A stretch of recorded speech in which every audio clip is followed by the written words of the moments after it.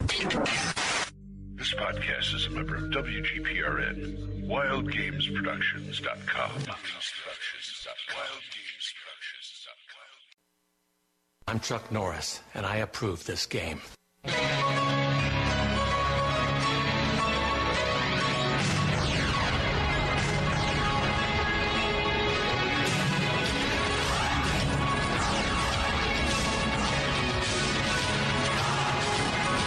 Welcome to the Roll for Initiative podcast.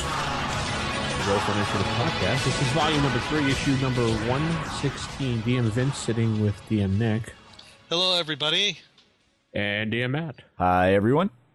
We are the Trepid Trio. I don't know how. What do you want to call us? Anybody? Three Stooges? Been taken. Three Stooges been taken and done to death. Yeah. Yes. With a triple threat. There we go. Triple threat. Matt, Triple right? DM threat. Oh, God. So who's Candido, who's Douglas, and who's Bigelow? I'll be Douglas. I'm the franchise. Yeah. Franchise. So I'm sorry you lost me. it's an obscure independent wrestling reference that would go way over your head. So that basically the two other choices are two people that are dead. Yes. Oh, well, then I don't want to be dead. Yeah. You probably recognize Bam Bam Bigelow. You remember him, Nick, right? Bam Bam Bigelow? Oh, wow. He was an 80s wrestler. Yeah. Tattoos all over his head. No. Okay, Just well, no. that could be Chris Candido then. Okay. Yeah. I was a huge fan of Tammy Sitch. So, and actually, I actually have met the entire Triple Threat. And Derail. Yep. Oh yeah, we're doing a show here about Advanced Dungeons and Dragons First Edition, not obscure ECW, Ring of Honor, whatever, wrestling stables as we call them. Anyway, we have a great show for you tonight. So let's jump right into things. What's been going on, Matt? You haven't been around that much. What's going on? Yeah, what's been with you? HeroClix thing stuff, right? Yeah, HeroClix. Going about almost a little over a month, me and my friends, we had our cabin con. We rented a cabin at a Kentucky State Park and gamed all weekend, so that was glorious fun that we're definitely going to be doing again. You gamed in the woods in Kentucky? Yep. And you came back alive? Yep. And more or less intact? Yeah. Wow, that's impressive for Kentucky. Yeah. And in this cabin con, I actually went into it with con crud prior to it happening. I was like sick the entire weekend, but gamed all night anyway. So that's all right, the game must go on. Exactly. the game must go on. Yes. Lots of BattleTech and X-Wing was played, as well as like tons of board games. So we had quite the gaming library for that. Yep. And then I went to Columbus, Ohio for the Midwest Regionals of the HeroClix Open Realms Championship and placed 5th in the Midwest region. So won lots of fabulous prizes. If only I could have got first, I've got to pass the Dragon Con. I passed the Gen Con and about $1,000 worth of HeroClix. But I'll take the $300 worth of stuff I won. So good times. Stuff is cool. Stuff is good. And then Matt, do you play that little mini pod game too? No. Oh, like the fighter pods, I think it's called, or something like that. They're like little Star Wars and little superheroes. They're like as big as a penny or something. Oh, No. I've seen those. I've seen those before. I have some like the battle dice. Is that what you're talking about? They fit.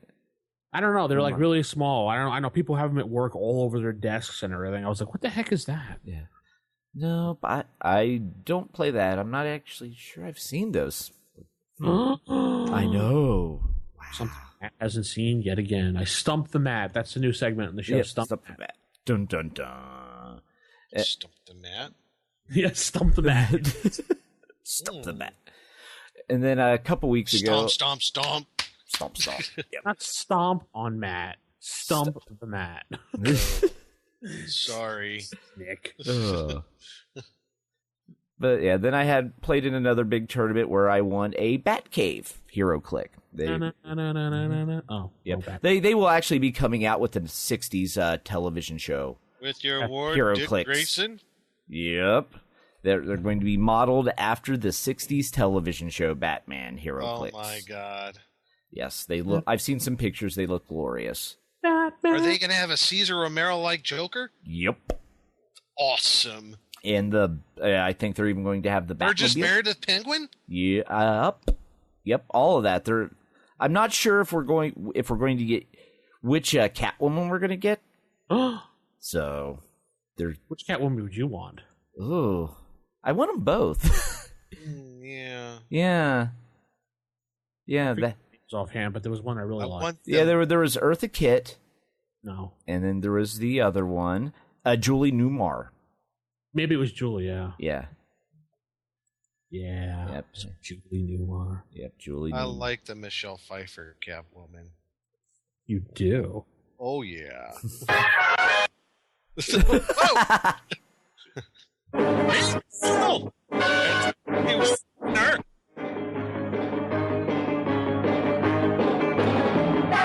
There you go. Just a little treat for you there. Yes. No, you're not. That's the wrong Batman. Not Batman. You're a comedic actor from Mr. Mom. Wrong Batman. I know. Exactly. Adam West. Batman. So let's talk about the Batman podcast now. Wait. Yes, as we go down yet another rat hole. And derail. Yes. Yep. And 5, 4. Welcome to the Roll for Initiative. No, I'm kidding. But yeah, outside of that, I haven't been up to much of anything else gaming-wise. My gaming group has been on hiatus due to just various schedule conflicts, but we'll be gaming after the show, so back to Ravenloft, where I'm sticking my characters. I decided to plop them into Castle Amber. I thought that would make a nice little pocket Ravenloft domain. Chateau d'Amber. Yes.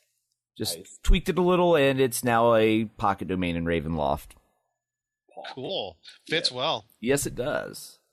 Yes, it does. And also, in one of the prior domains, they picked up a 10-year-old girl and a 4-year-old boy. So now they have like 2 children with them traveling through Ravenloft.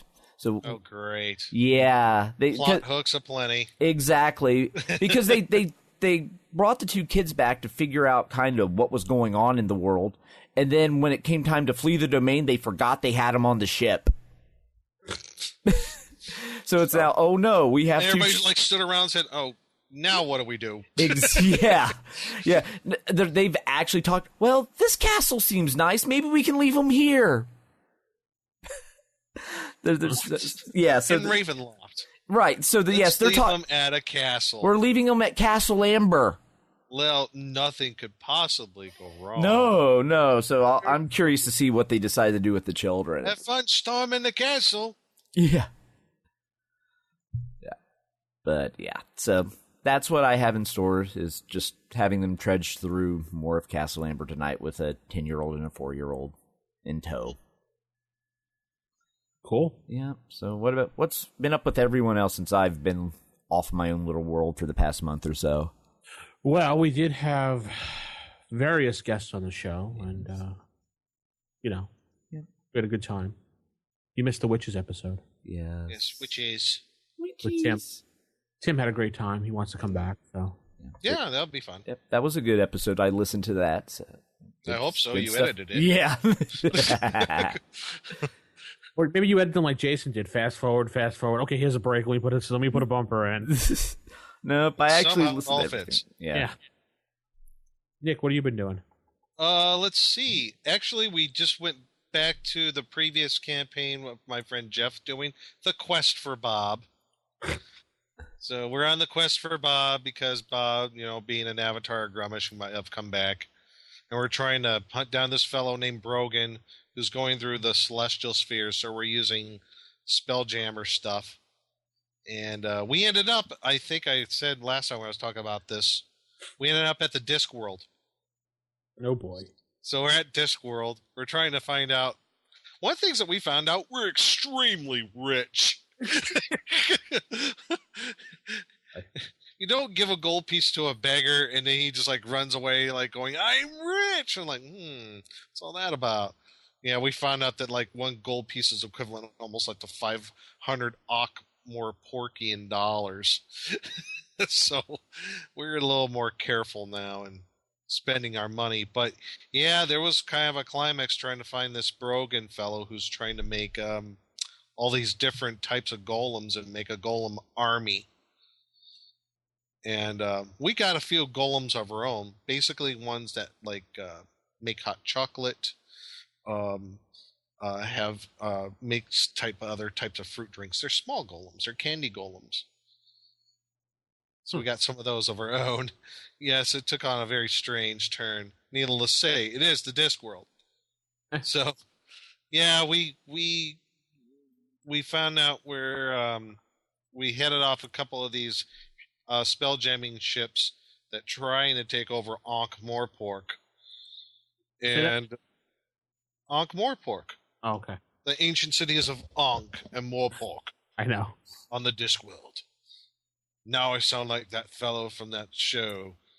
His name's I'm Larry Bird. This is my son Dipuckus who has a tail. Anyway, oh yeah, that's right. Just one quick, since you reminded me of Discord, I don't know how this is related to, but we do have to take a moment to say a sad goodbye to Jack Vance. Yes, that's right. I was going to mention that. Yeah, he passed it's a week before the recording. So yes, it was during Memorial Day weekend, I believe, that Mr. Jack Vance passed away. He was 96 years old. I know. I couldn't believe he was that old.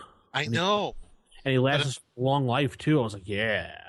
You know, and he lived a long, good life, it seemed like. You know, it's just seeing a man who was an integral part, but in an indirect way, to the making of D&D. You know, the whole term Vancian magic was a part of the D&D and AD&D system for such a very long time. You know, the whole idea of memorizing spells and forgetting them after you cast the spells. I mean, Prismatic Spray came right from the Dying Earth series of books.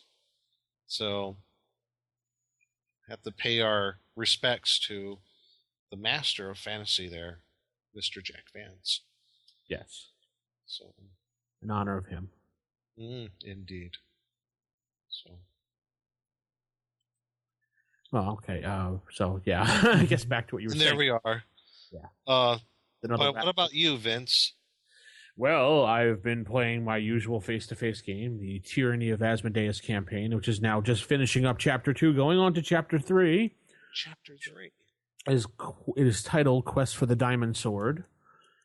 And instead, the first two chapters revolved around the Rebel Alliance party smashing the beacons of Asmodeus that was keeping control over the world. They did those two.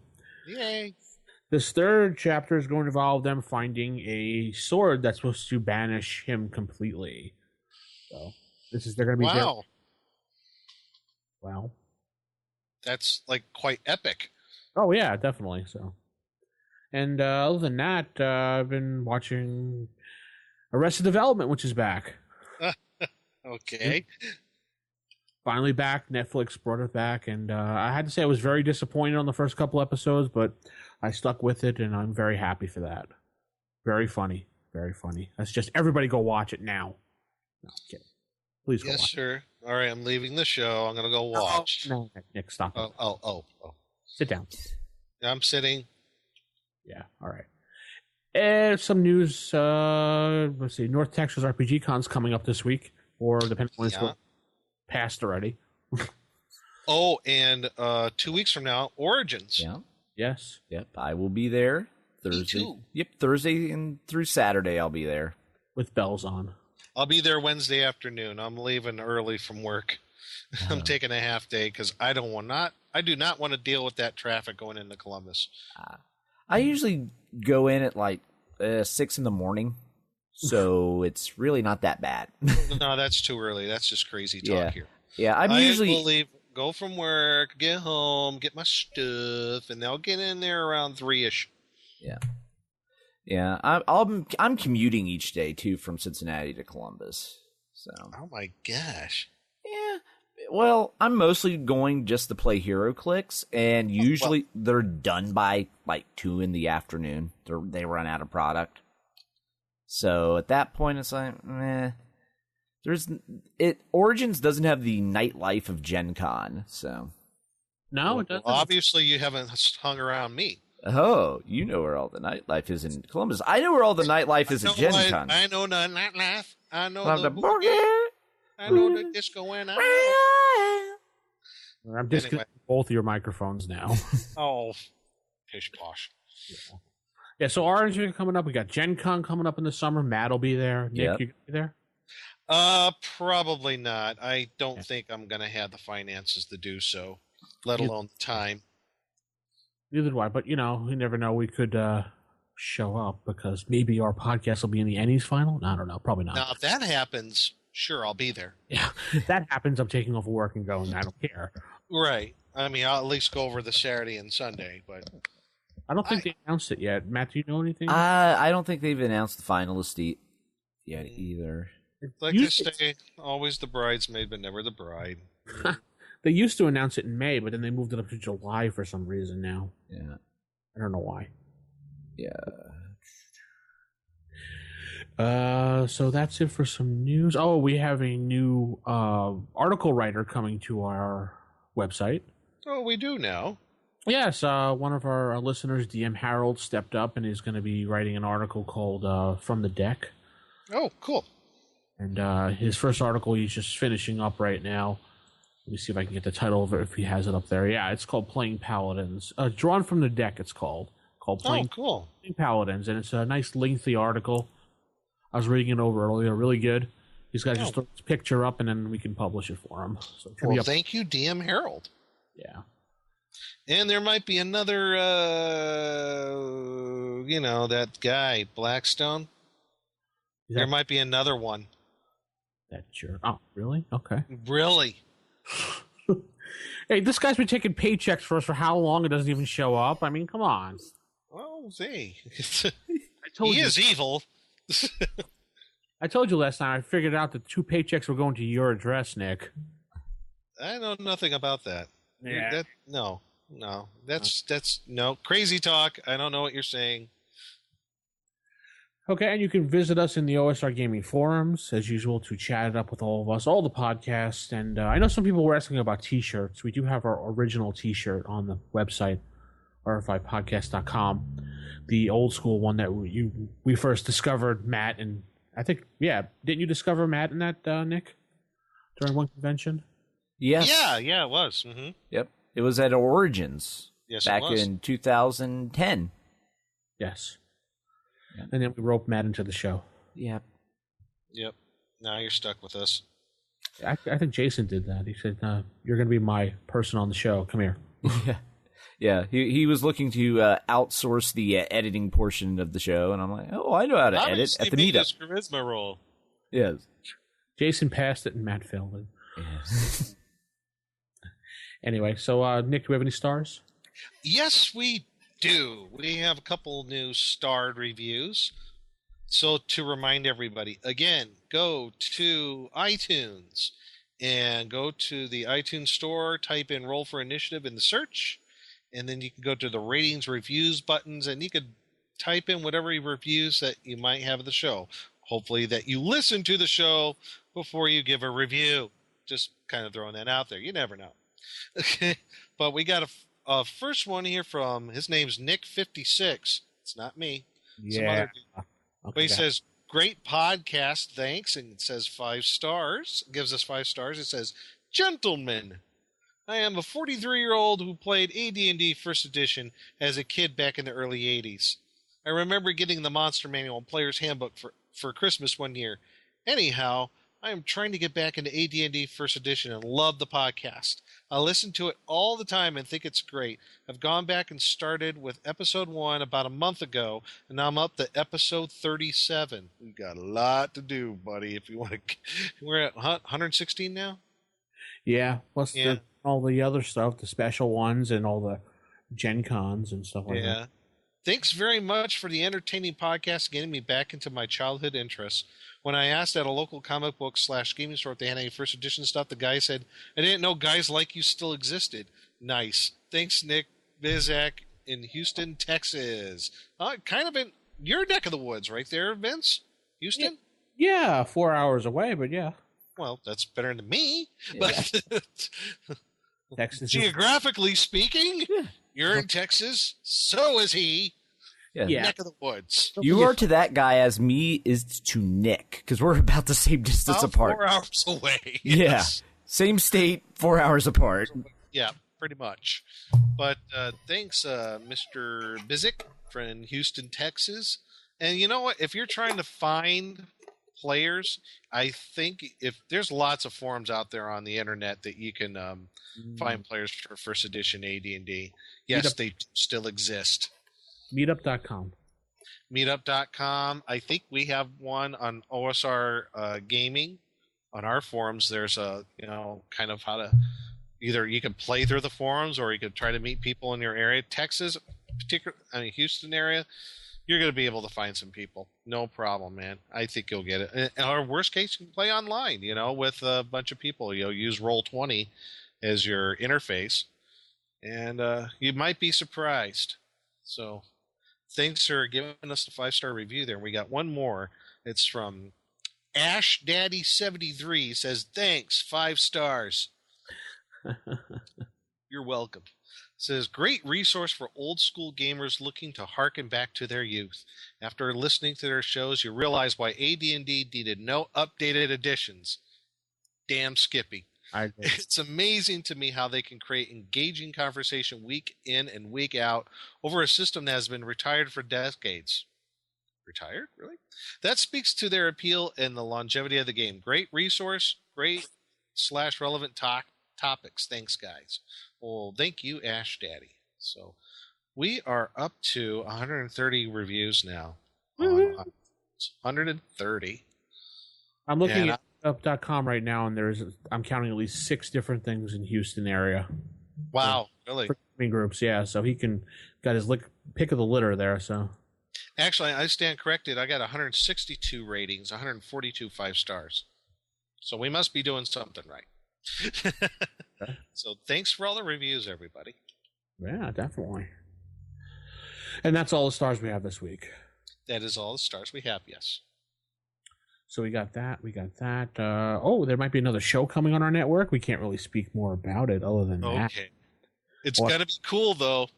Oh, yeah. It's going to be really cool. You just have to stay tuned and wait for the announcement, so you never know.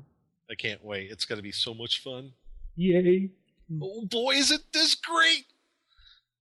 That was a little too much, Nick. Okay, sorry. Dial it down a little. Right? Oh, boy, this is wonderful. Matt's even speechless. That's how speechless. Yeah. Wow. Yeah, Matt, I'm just like, wow, new show. man. Wow. Wow. Yeah. Far out. Dude. All right, let's head into some sage advice. Sage advice. Sage Advice has been brought to you by Nestle Crunch this week. The crunchy chocolate milk crispy I don't know, whatever. So Sage Advice, we have a couple emails, but no voicemail. DM Kojo? I'm looking at you, Kojo. Yeah, you. That's right. You sitting right there. Yeah, right there. The poor kobolds have had nothing to do all week. They've been sitting there waiting for a call, but no. I'm going to cry. Yeah.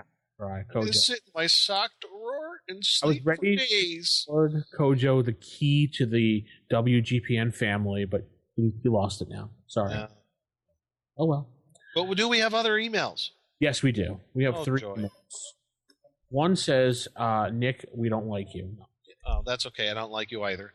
Okay. The feeling's mutual. Next First one comes from GM Freight Train. Oh, dear. I already like where this is going. Oh. I know. I like that name.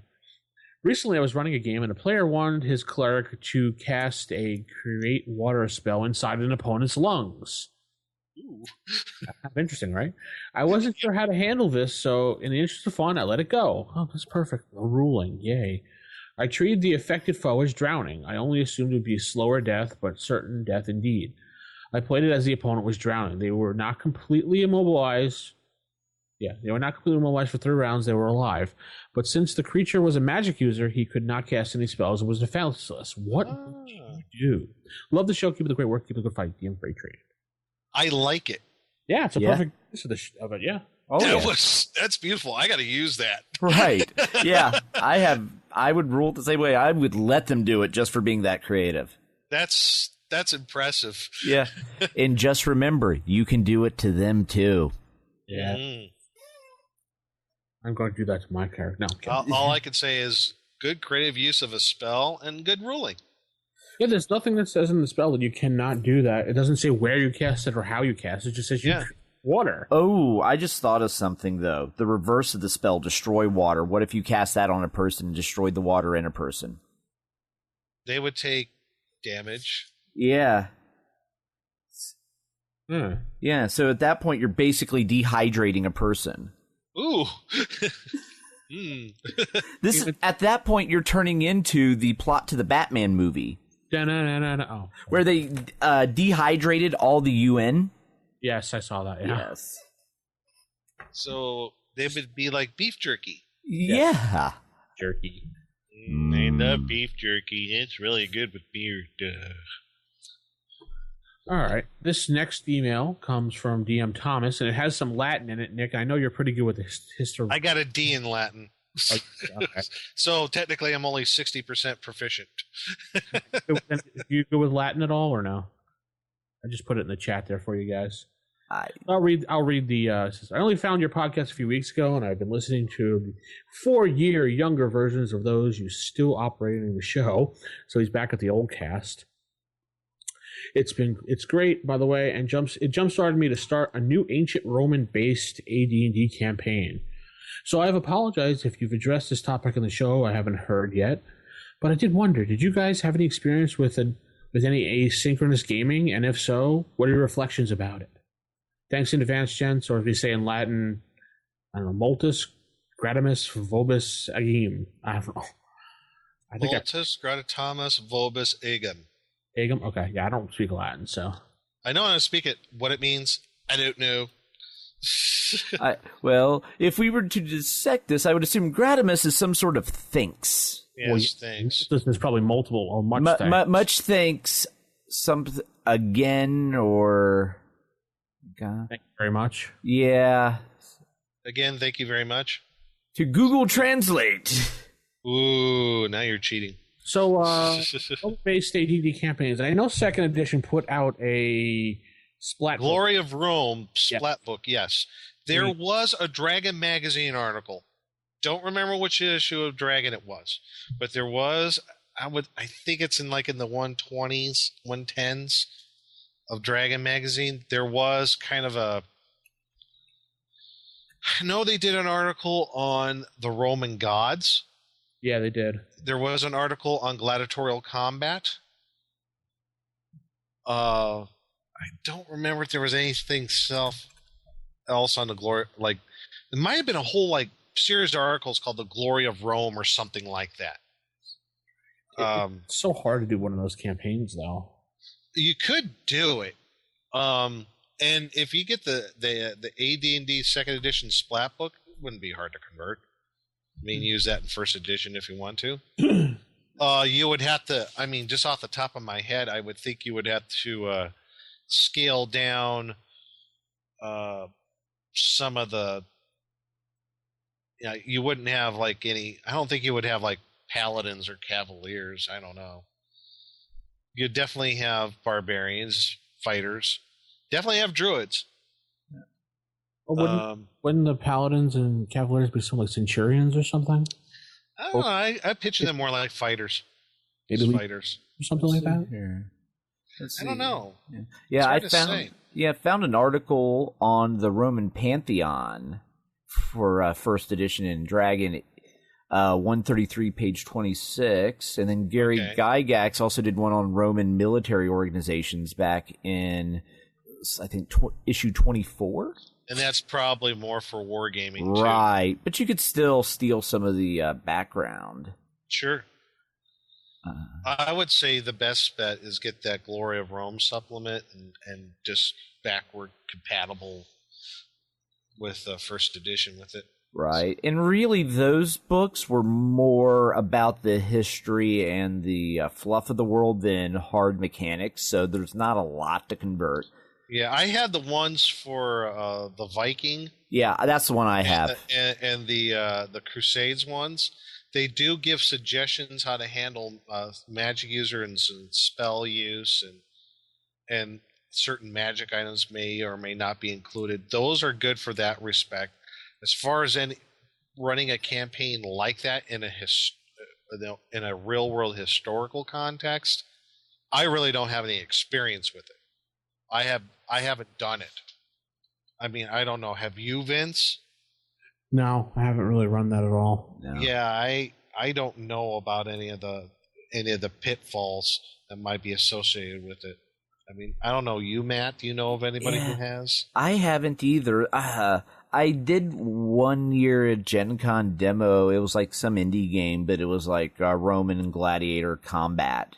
It was actually an RPG, and you were like gladiators. But as for actually in like AD&D, no.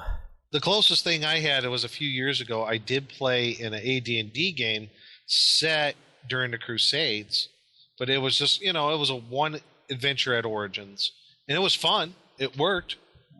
So you just got to put a little, because you're adding a fantasy into a historical context, there's a little suspension of disbelief you have to have. Right. You have to decide how much of the fantasy is going to be injected into the world and how close are you going to stick to real world history. Think of out of second edition, the Mask of the Red Death box set. That was for Victorian era Ravenloft. Mm-hmm. And that blends the two between having your various demi-human races in a real world Victorian setting, but you also have your vampires and your undead and all the other demons and whatnot running around too. I guess, like right off the top of my head, now you mentioned demi-humans, you're not going to have any of them in a Roman campaign. Right. Well, you're just going to have humans. You could, like some of the Roman slaves or something, perhaps are enslaving the demi-humans. I mean, it depends on how far you want to stray from real world history, but because you can integrate them, I think, fairly easy. You make the Romans will be the humans, and perhaps they've enslaved some of the demi-human races because they see them as lesser beings, kind of like what they actually did. I mean, yeah. Okay. Well, yeah. So there. I don't know. Next email comes from Brian. He is editor of the N magazine. Oh, cool. First edition magazine, if you haven't heard of it. He was on the show recently as well. Guys, I've been ODing on RFI recently. I hadn't updated my iPad in weeks. Got a bunch of episodes all at once, which I listened to on my way to and from work. Beats the heck out of talk radio. True. Mm-hmm. In a recent podcast, 113, I think, there was a discussion of critical hits, if I recall. Right? In response to a voicemail from DM Kojo. Who else, right? One of you commented that they didn't care for the critical hit system that required a second roll to confirm the hit. That's probably me. That was me too. Yeah, it was probably me and you. Yeah. I instituted a second roll for both critical and fumbles back in 1984. Why? Since critical and/or fumbles on a 20 or 1 occur 10% of the time. Maybe he meant 5% of the time? Well, combined. Combined is 10%. Yeah. So that is a lot of powerful hits.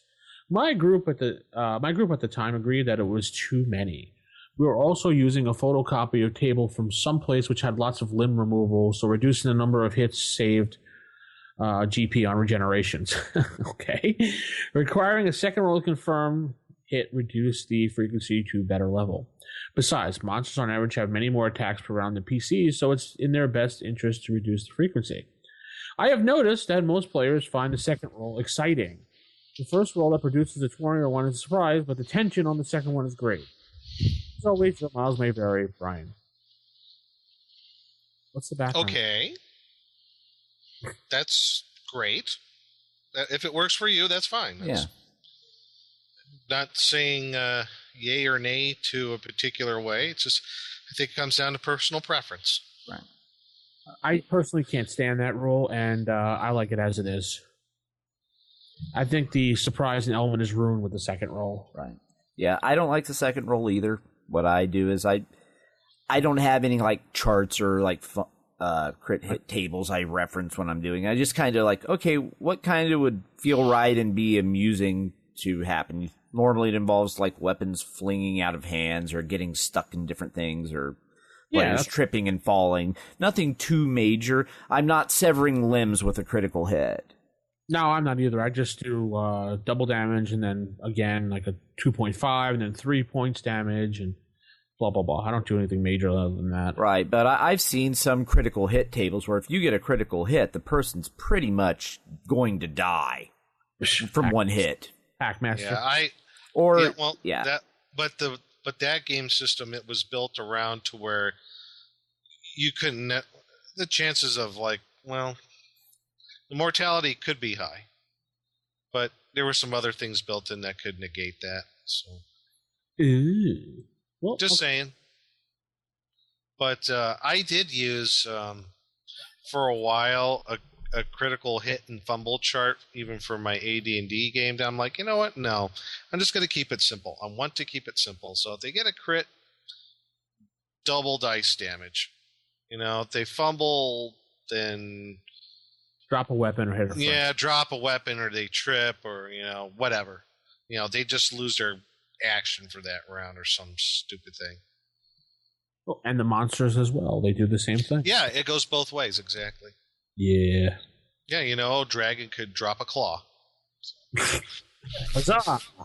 Their claw gets stuck in the ground. Yes. Yeah, they stub their toe. There you go. Right. It fumbled its bite attack. It dropped its jaw. Yes, it did. Anyway. It its toe. Thank you, Brian. Thank you very much. If you want to send us an email, Nick, how do they do that? If you want to send us an email, you can go to... Let's see if I can remember. Yeah, I know. It's been a while since I asked you, so that's why I'm putting rfipodcast@gmail.com? RFI staff. rfistaff@gmail.com. Or you can go to our website and click on the contact form and just send it that way as well. Or you can call us at 570-865-4210. The hotline. The hotline. Where we're standing by for DM Kojo. Yes, just him. Just him, only him. No, everybody. But anybody else can call in too. Yeah. But Nick, I don't want you calling in with a fake voice, okay? No, of course not. Hi, this is Bob and Nick. Hello, this is Joe. What about, I played an elf once. What about Christopher Walken calling in? No, he wouldn't call. He'd just come on the show. Oh, I see. Crazy. It's nuts. I'm on the show. Christopher. You're due on set. Why? No. You're fired. Get out. Damn. Let's head into Table Manners. Typical. Of all the evil creatures in the world, I'd like to find one with table manners. What are you kidding me? I spent years cultivating the worst table manners on the planet. Table manners. Alrighty then. Here we are at Table Manners, and we're gonna talk about the Druids. The Druid. The Druids. Nobody knows who they are or where they were going.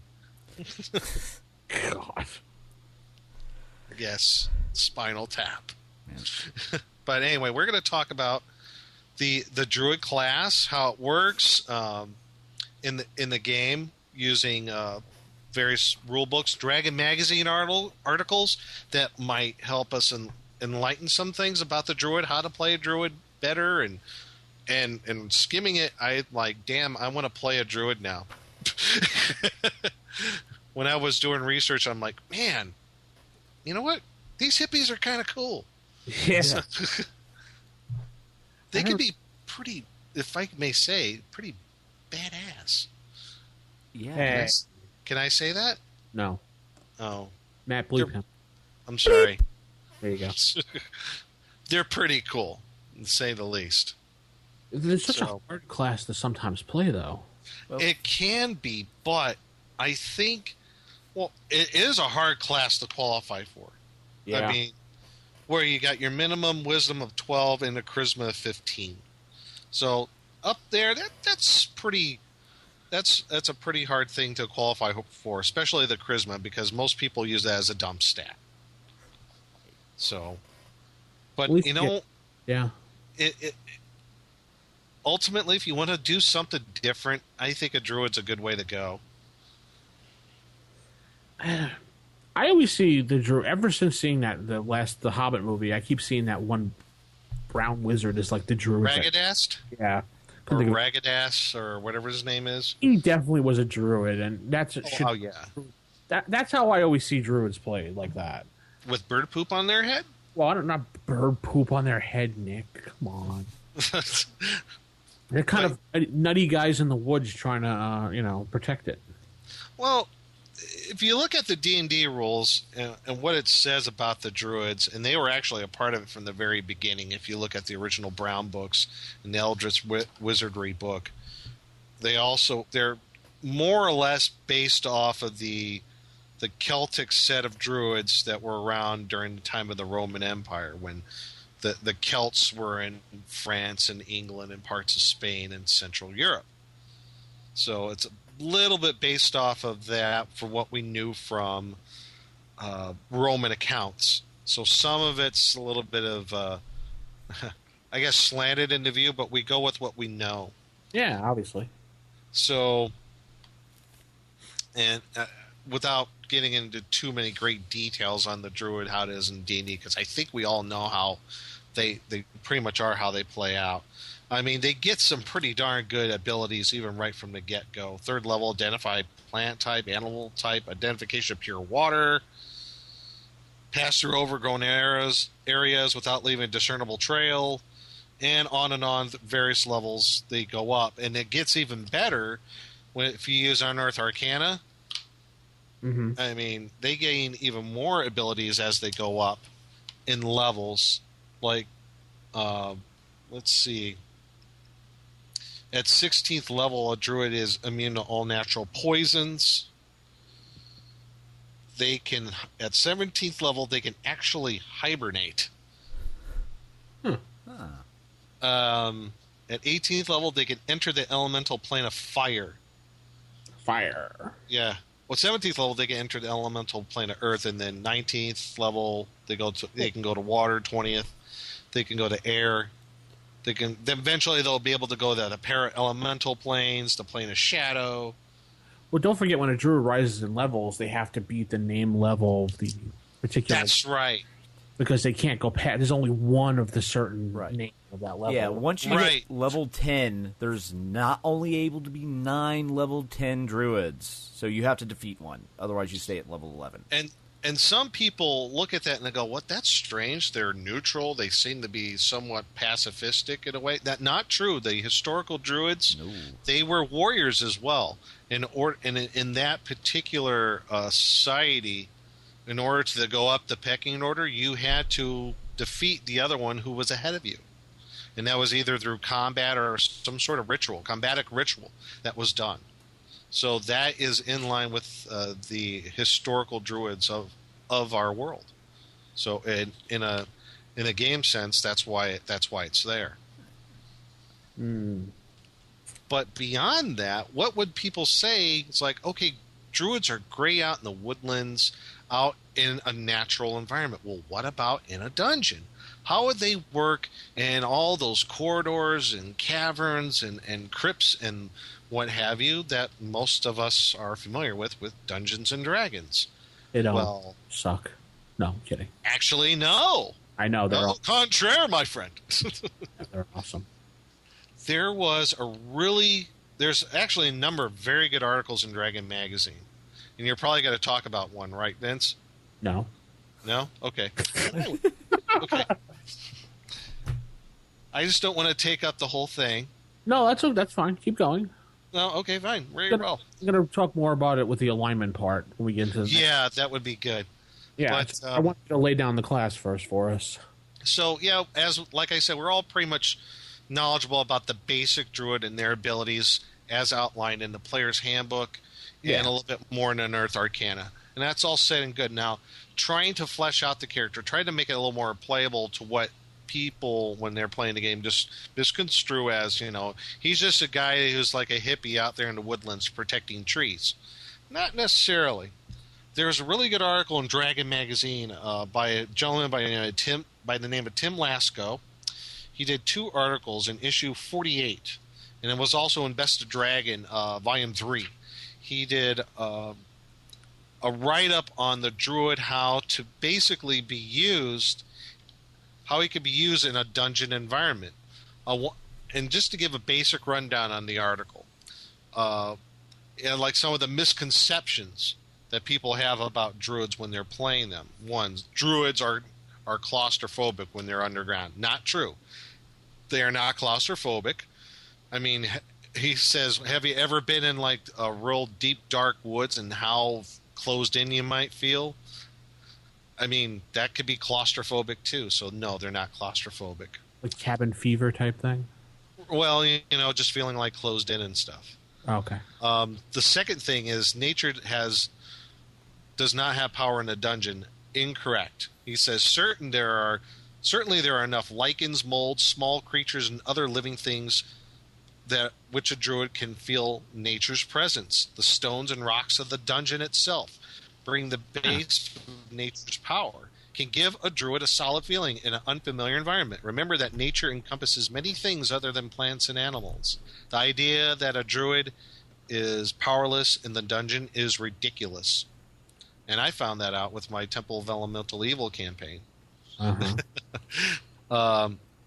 All you need is a little, for some of those spells, all you need is a little crack in the stone, and there the druid gets in. Right, exactly. He gives some really good examples on... I just love the picture that there is in this article where he has, like, there's a druid, he's casting either Speak with Animals or Charm Animal spell on a rat. And those are common creatures in a dungeon. Yeah. So... that rat's probably been around all over the place in the dungeon, and he could probably tell the druid things like, yeah, this is where this is, and this is where that is. Oh, these where these monsters are. He threw in also another thing about the druid in this article, basically 2 new weapons, the blowgun, which was new at the time, and the scythe. And I'm not talking about the little one, I'm talking like the big one that, like, pictured with, Death uses, or Father Time, the big scythe. The Reapers. Yeah, like the Grim Reaper uses. So that's a pretty good article about a little bit more about Druid in a dungeon environment. There's some suggested rule changes. Again, those are just suggestions, like how the Druid spells work. And in particular, he says, there's 2 different types of mistletoe. There's greater and lesser mistletoe. He gives some examples of some druid spells. If the druid gets a hold of greater mistletoe, it might enhance the performance of the spell. So those are some of the things that he does propose. I think, like predict weather, I guess it increases the ability to know and a better chance at how to predict the weather. That was just one example.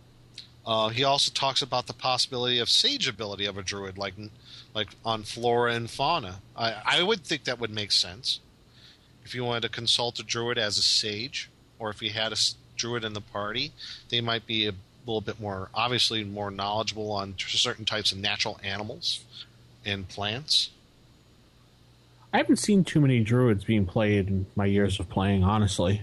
No. I haven't, but now I'm looking, I'm like, you know what? Druid's a pretty fun, interesting character to play. I allow them in my campaign, but I've modified them a bit, and I have to wait till the next segment to talk about more to do with the alignment and anything else. So there's that article, and that's again in issue 48 of Dragon Magazine, or in Best of Dragon Volume 2. Now I did find a couple other articles. There was a really, really good whole section of Dragon Magazine dedicated to the Druid class, and it was issue 119. And there's a fantastic article by Carl Sargent from back in the day. Yeah.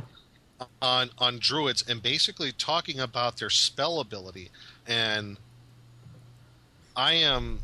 also their fighting ability, and again a little bit more about the druid in the dungeon. And druids make actually pretty decent backup fighters. But where they really shine is their magical abilities. For example, even at first level, the druid has 4 first level spells compared to a cleric's 3. Now we're assuming, in the article he's assuming they both have the same amount of wisdom, 16 wisdom. Right. Okay, 2 of the spells are essential to the druid: speak with animals and animal friendship. Oh yeah, obviously.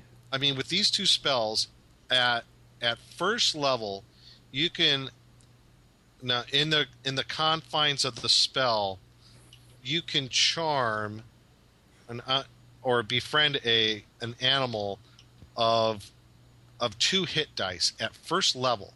Now, here's the thing about this spell: it goes incrementally as you go up in level. So even at first level, you're getting 2 hit dice creatures as companions. So that's a pretty good.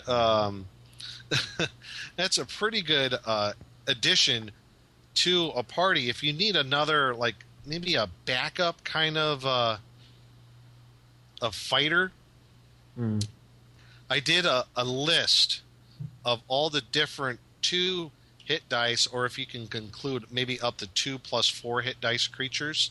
Right. That even at first level, a first level druid can use these spells on: giant ant, badger, giant bat, the blood hawk, wild cattle, dog, eagle, falcon, goat. Up to 2 hit dice of herd animals. Horse, you can do the light, medium pony or the wild horse. Jackals, minimals, otters, owls, rams, giant rats, ordinary and huge raven. That's just the name of few. You got the giant seahorse, 2 hit dice giant seahorse, skunk, huge spider. Yeah, huge spider does fall into this. I like spider. Poisonous snake. Ooh. And that's just to name a few. Yeah.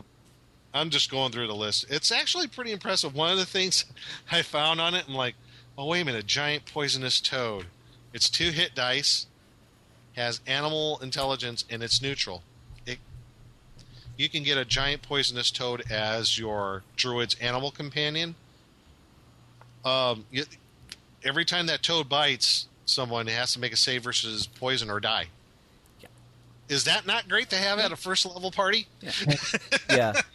And we'll talk about it later on in the treasure chest, but I found a druid spell that has the potential damage output of 1,000 hit points. Oh, I think I know what spell you're talking about. Yes. Does that do with certain bugs? Yeah.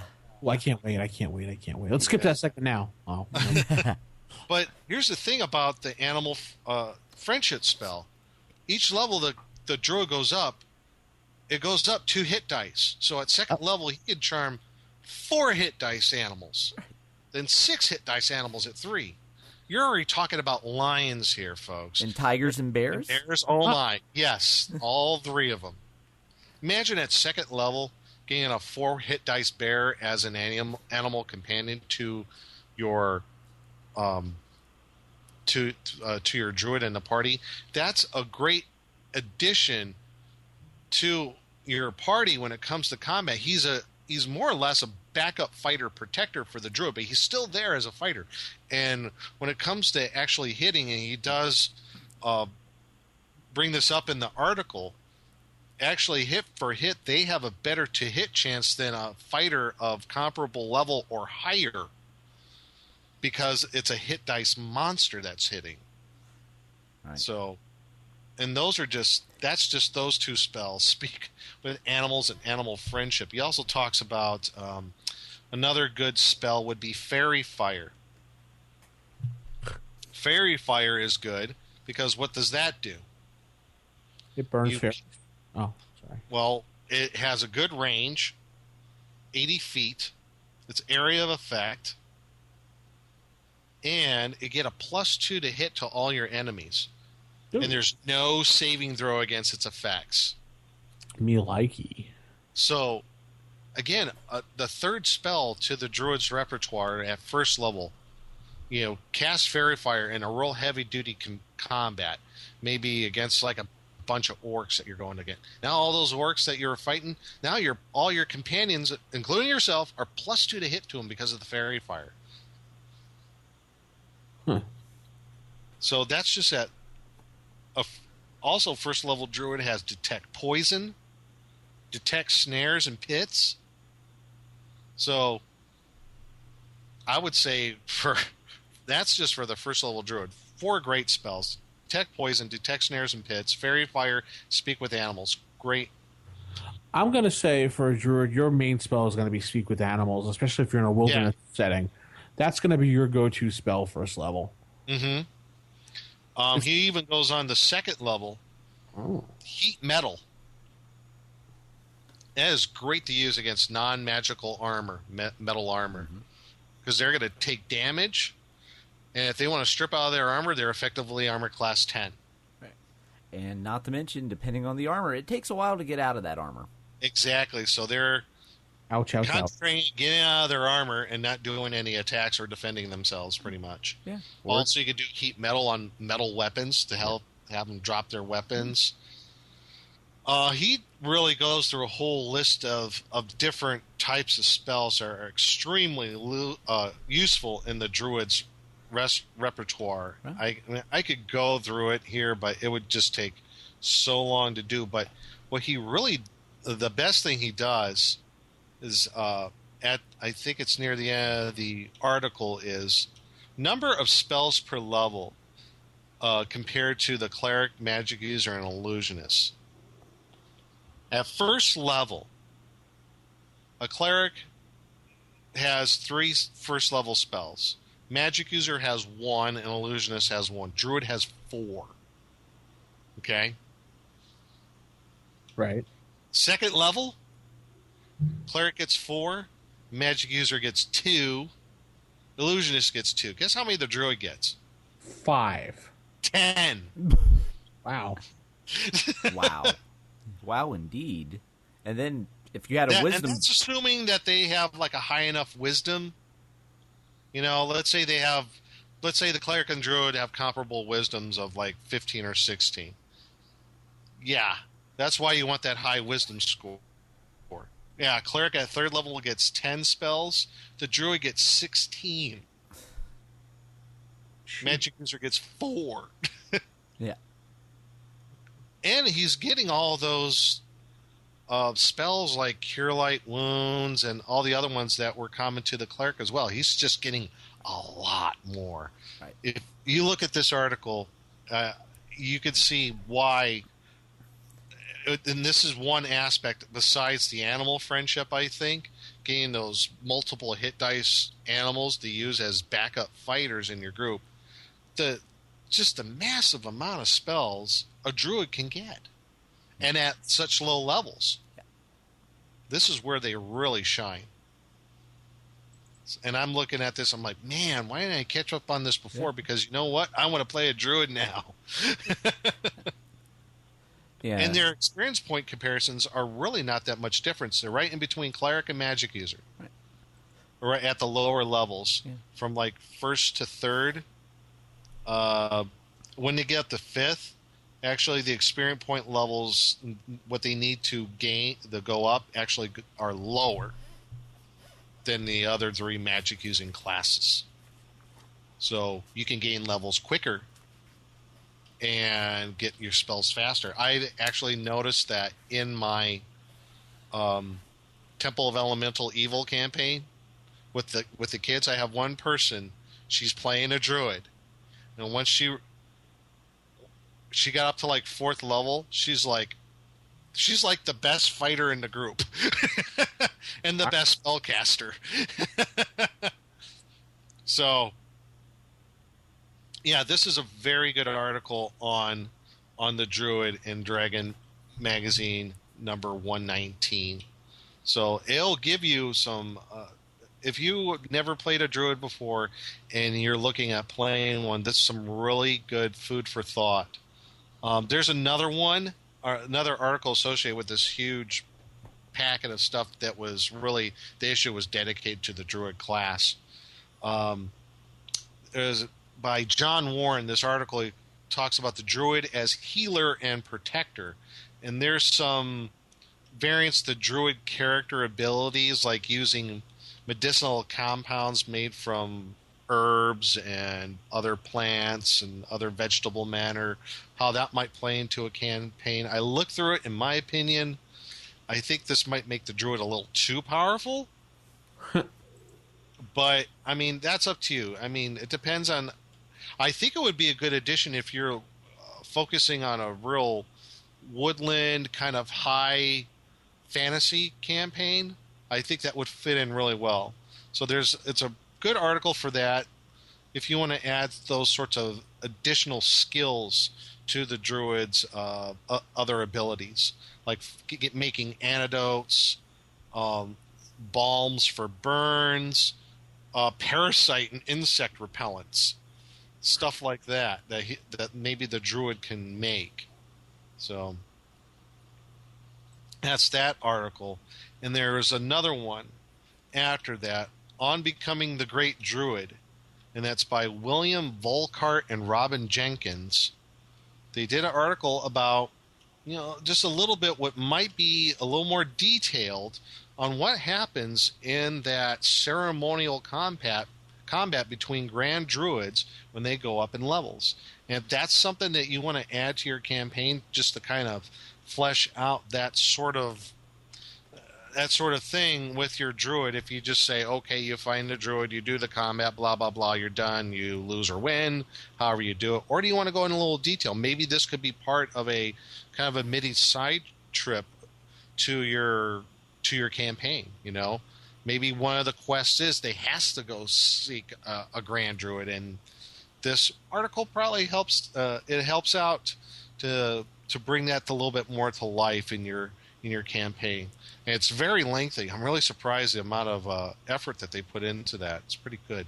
And lastly, I believe in this issue is cantrips for druids, because they need more spells. Because they don't have enough. So cantrips for clerics. Why not cantrips for druids, like bird call, dry wood, or disinfect, test soil, mark path, cause rash, heal rash. So some cantrips for the druids there that you can add if you want to have them in your kit.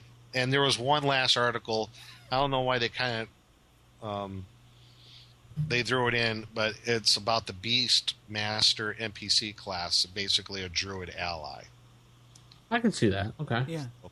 So if you want to see how the original Beastmaster class came from, you could go to that article. I really didn't want to go too much into it on that.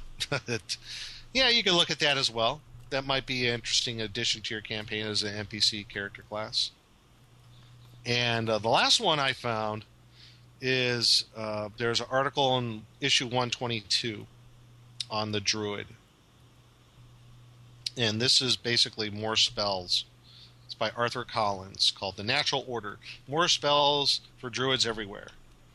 And some of the Find Water, Ceremony, and it depends on the different seasons. So yeah, Ceremony Spring, Ceremony Summer, Fall, Winter, what have you. Hibernate spell. So there's a whole listing of all these different spells that you can add. You can look at those too. I thought the most interesting and best articles were the one that's out of that Besta Dragon I have in issue 119. Had some of the best stuff about Druids. So there's a lot of reference material that you folks can take a look at in playing Druids, and how you can, just make them more than just the trippy, hippie tree huggers that they're normally perceived as. Ultimately, I think pretty kick butt class. Yeah, definitely. I would love to see more people try playing this class. I just have my minor problems with it that I'll speak about next segment. Mm-hmm. I mean, you said you haven't played the Druid, right? Right, Vince? I have played a Druid before, like way back, and I didn't enjoy it mostly because of the alignment. The alignment issue, and we're going to talk about that in a little bit, yeah. And yeah, I hope so, because there's some other things that I think some people play it wrong in regards to their alignment. So why don't we just jump into that segment anyway? Yeah, so, why don't we do that? Let's head right into our DM rules. I don't know who you are. I don't know what you want, but I have a very particular set of skills. Skills I've acquired over a very long career. Skills that make me a nightmare for people like you. I will look for you. I will find you. And I will kill you.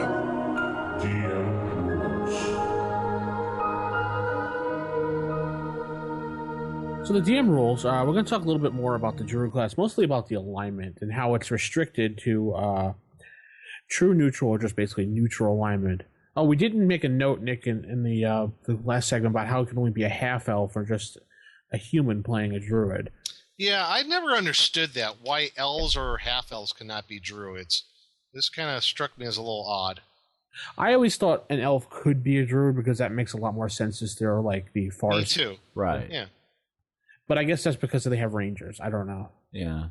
Maybe because the elves are more associated with arcane magic than nature magic. I don't know. But anyway, on to what we were talking about, the true neutral alignment. A lot of people have problems playing true neutral, and I know for one I do too. So that's why I kind of changed the alignment for Druids in my campaign. Mm-hmm. But true neutral is kind of a balancing alignment. They have to take everything into consideration, and they have to balance it out and decide what side is the best side for them to ally themselves with. So I always thought a Druid class should be like an NPC class. And that's how they originally were. Yeah. And I think in original D&D they were. Yeah, I don't, maybe they might have been. I'm not sure how the LBB is, so. Yeah, so the neutral alignment class is something hard. Alignment is hard to play. So I know players have a tough time just determining how to play that. So what I've done in my campaigns, for one thing, is I've made it that Druids have to be chaotic good. And that's the only alignment they can play. Really? One, because of I feel that the way they act and the way they're supposed to be is they're supposed to be a good aligned person. Because they're protecting the forest. They're in one with nature. They're nature's protector pretty much. Even though they say rangers are nature's protector, Druids are nature's protector as well. That's true. And I feel that as a nature's protector, you would be good. You wouldn't be evil. I don't really think an evil person would want to protect nature, even for evil reasons, in my opinion. Well, I can see the Druids more as wanting to maintain the status quo. Maintaining the balance, yeah. Right. Because good means that things are advancing, and that could include, okay, the forest needs to go away to better man, or what kind of urban sprawl, if you will, could be considered good in some ways. Whereas the Druid would be like, no, we must maintain levels where they are now. So I could see them being more like of a neutral, and then insert like good or evil. But have them, instead of being chaotic, have them be neutral, and then you pick which end on the good-evil scale you want to go. Yeah, I guess that makes sense, but I've always used chaotic good as their alignment of the way they act, because they can jump back and forth between following what's going on to following what's not going on to being good, so. Mm-hmm, okay. My solution, because I cannot stand the true neutral alignment, because A, I don't know how to play it properly myself, and I'll admit that. Mm-hmm. And B, players don't know either. And yes, I've had one person in one of my groups once play a Druid, and he still didn't play it right. So. And how did he? I'm kind of curious. How did he not play it right? He didn't do anything in the whole entire game. He just stood back and just watched everything. And really? Well, that's yeah. Druids aren't watchers, so yeah, they're not a watcher. They watch, but they also have to. at times they will be called to action. Right. They know when it's appropriate to act and when it is appropriate to watch. I think the reason why people do that is because of the one line in the player's handbook that says that druids may not react right away to a situation, but they're more about getting revenge the situation of what happened. So I think people get that confused. Well, that line's just in there. They're not going to do something stupid. Yeah. It's to prevent, well, okay, I'm one person and this entire army's decimating the forest. Fighting back now is really bad and stupid. So therefore, yeah, I'm going to seek revenge later, as opposed to some more of maybe like a barbarian or other more aggressive people who just fight in the face of insurmountable odds. The druids are a little more cunning than that. Yeah. But this player was standing back. He wasn't playing. He was just, well, what are you going to do? Well, my character's neutral aligned, so he doesn't see any major misbalance in the force right now. So, what are you, a Jedi? Do you just play the cards? Yeah. I think another way that maybe it might come to alignment, or even to how it's perceived in the books, is how they're quote unquote woodland protectors. Yeah. I think some people take it to the extreme, as like they see a lumberjack cutting down a tree. You're like, no, you can't cut that down. It's something living. No, you can't. Eco-terrorists. Yeah. They play them as eco-terrorist hippies. Yeah. Which is not true in the least at all. Yes, they are for balance, but they understand that there is a give and take in the world. Right. Like, the druid would not have any problems of someone who's a lumberjack who only takes what he needs of the wood that he needs to build homes, to make log cabins or whatever. Right. He doesn't take more than what he needs. Right. He would have problems with excess, not with essentials. He would have problems with, just to give an example, when Saruman was having all the Urukai cut down almost all Fangorn forest. Yeah. Yeah, a druid would have a problem with that. A druid would have problems with strip mining. Right. Anything that just leaves wanton destruction in its wake for no reason. And yes, I'll say this right now, a druid would not have a problem with someone hunting for sustenance. No. Because not at all. It's part of the circle of life. They would be, but circle of life. Yeah, the druid may actually hold a small lion cub on the edge of a mountain. During the third edition era, edition that shall not be named otherwise, Wizards of the Coast, who took over Dungeons & Dragons, defined a neutral alignment as a neutral character does what it seems to be a good idea. So they do what they want. They use the term she as well. She doesn't feel strongly one way or the other when it comes to good versus evil versus law versus chaos. I don't like that. I don't like that either. And there's another thing that it sounds kind of neurotic. Yeah. That and the other version of it called unaligned. That burned my butt, that alignment, when they came up with unaligned. Unaligned? Yeah, 4th edition had unaligned. Oh my god! Wow! How distant? How murky can you possibly? That's the alignment I want to be. Yeah, that basically just means I could get away with anything. So, in other words, how most players play chaotic neutral? Yeah. Okay. I don't know what to say. It really burned me when I saw that they reduced the alignments. But I think what we talked about, though, is like how people misrepresent playing druids as eco-terrorists, and that's not the case.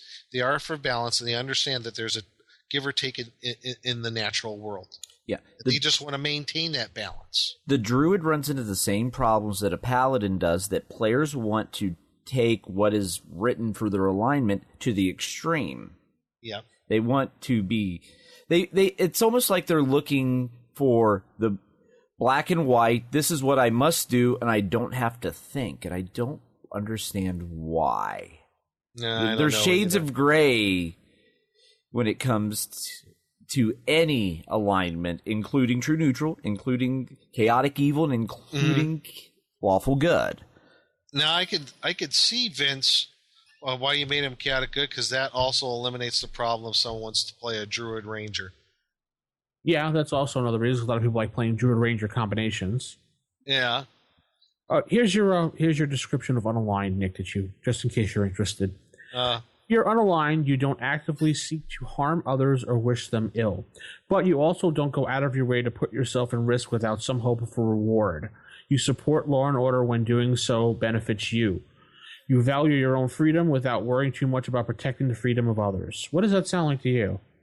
Neutral.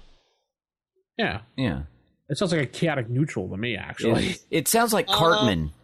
And it's not chaotic neutral. Chaotic neutral's different. That sounds like almost a true neutral to me. Yeah, but that's unaligned. Well, they just redefined the alignment system incorrectly. Yeah, they dropped all the things pretty much. They had lawful good, good, and then I think it was... Yeah, I think they went to a 5-point system. 5. Oh, God, stop it. No, my head's going to explode. No more about that. So what would you guys do in your game to make a Druid playable? Nick, would you just leave it as it would be, or would you modify it a little bit? Well, like I said, as far as playing the Druid... DM standpoint. The balance thing. Yeah. People have to get away from the tree hugger. You cannot cut down any trees in this forest or you're destroying the ecosystem. No. That's not how Druids should be played. Druids are about balance. They understand that you give and take out of nature. They're not going to be enemies to farmers or to the woodsmen or to rangers or anything like that. As long as everybody maintains that balance of they take what they need from the forest or from whatever environment that Druid is in, then the Druid will not have a problem with it. Right. The Druid has problems with excess. Excess. Yeah, I think that's what people should focus on. Is this an excess? Is this overkill? That's something they would be opposed to because that's unbalanced. I would almost liken it to what there was some of the conservation movement that happened in the late 19th century in the United States. There was this movement of people. I think Teddy Roosevelt was a part of this. Was yes, we should protect certain forests and woodlands, and we'll have all these national parks. But there's a give or take in the world that we have to. We only take what we need, and a lot of that conservation movement at that time that's how it was kind of defined. Right. It was like there was a symbiotic relationship between man and nature, and they worked together to ensure both survived. Right. Because the Druid in this context understands that man is a part of nature, and he should stand in balance with nature.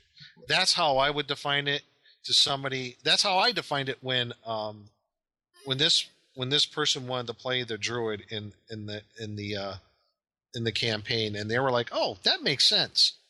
So they were perfectly fine with that, because otherwise you would think someone says, "Don't eat that meat. Meat is murder.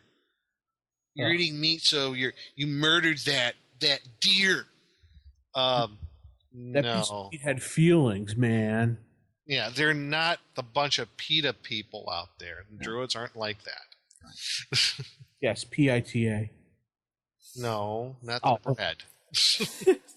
No. If you PETA, people eating tasty animals. Oh, okay. Oh, maybe not. No, I was thinking about the term PETA, pain and Oh, yeah, definitely.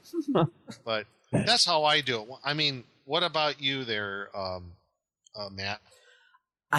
I'm really goes something very similar. I mean, I don't feel the need to change the class. I think the class can work fine as it is. It's more of a player problem, not a class design problem. Right, understanding what the class is really about. Right, and most people, I think certain people like playing characters that are almost caricatures of a character as opposed to real people.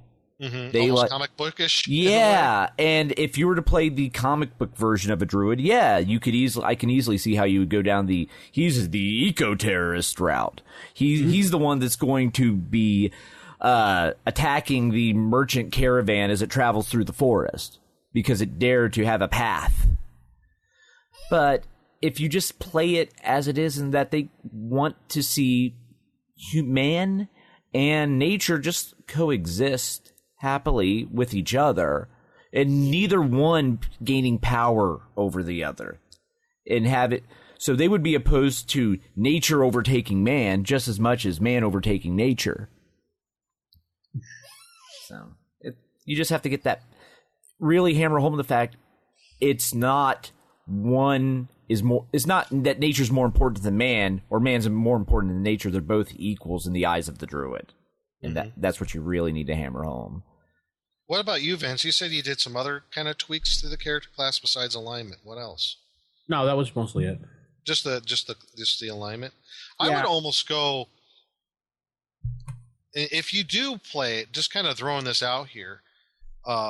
If someone does play as written with the alignment as neutral, you can have justifications for things like, why is there a band of orcs on the edge of the forest on the other side of the forest? And their druid could say, well, they only took what they needed from the forest. Right. They never endangered me. They never took more than what they needed, so I let them be. And they also keep the city from expanding too far into the forest.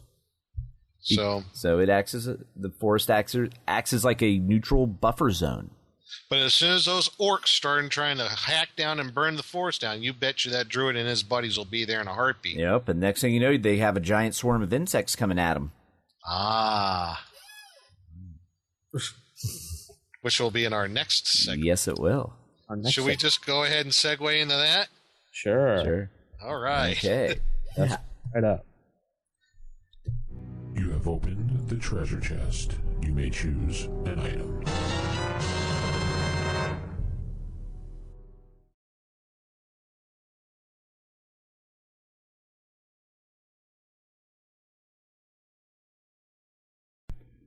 And now we go to the treasure chest, and it's going to be a rather buggy venture into the treasure chest because we're going to talk about a spell, a very powerful spell of the Druids.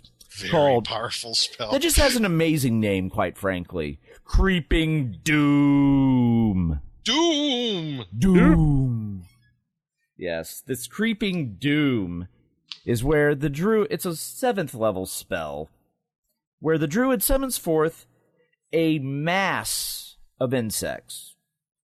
About 500 to 1,000 of them. And they just go off in the direction that the druid says. I know what you're thinking. So what? It's a bunch of insects.